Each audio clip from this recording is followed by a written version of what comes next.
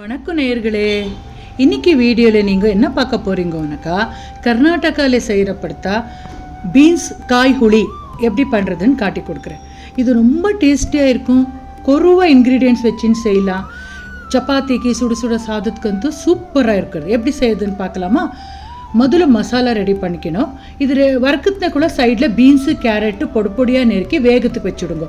அது வேகிறதுக்குள்ளே இங்கே மசாலாக்க வறுத்துக்கணும். ஒரு வானலியில் ஒரு 2 டேபிள் ஸ்பூன் அளவுக்கு உளுந்தும் பருப்பு, காரத்துக்கு ஏற்ற பச்சை மிளகாய் சேர்த்துக்கோங்க. நம்ம ஆற்றுல கொஞ்சம் காரம் ஜாஸ்தி சாப்பிட்றதுனால நான் 5-6 பச்சை மிளகாய் சேர்த்துருக்கேன். அப்புறம் ஒரு அரை டீஸ்பூன் அளவுக்கு பெருங்காயத்தூள், அப்புறம் ஒரு ஃப்ரெஷ்ஷாக துருவினா அரை மூடி அவ்வளோ தேங்காய் துருவல். இத்துந்தான் இதுக்கு. அப்புறம் குட்டி உண்டு புளியை சேர்த்துட்டு தண்ணி ஊற்றிட்டு நைஸாக அரைச்சி வச்சுக்கோங்க.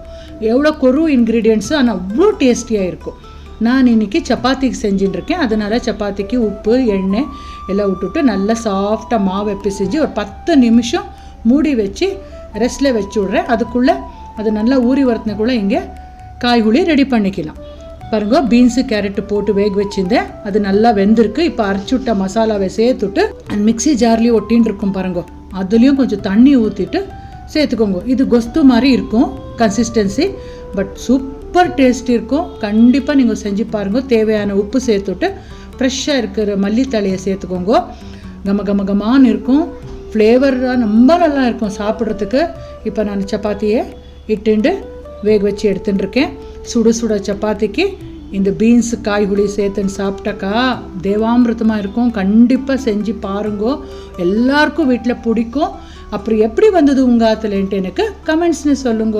இப்படி ஈஸியான ரெசிபி, ஹெல்த்தியான ரெசிபிக்கு வீணாலட்சுமி நாராயண் பேஜை ஃபாலோ பண்ணிட்டு பாருங்கோ. முடிஞ்சாக்கா உங்கள் ஃப்ரெண்ட்ஸுக்கு உறவுக்காரர்களுக்கெல்லாம் ஷேர் பண்ணுங்கோ.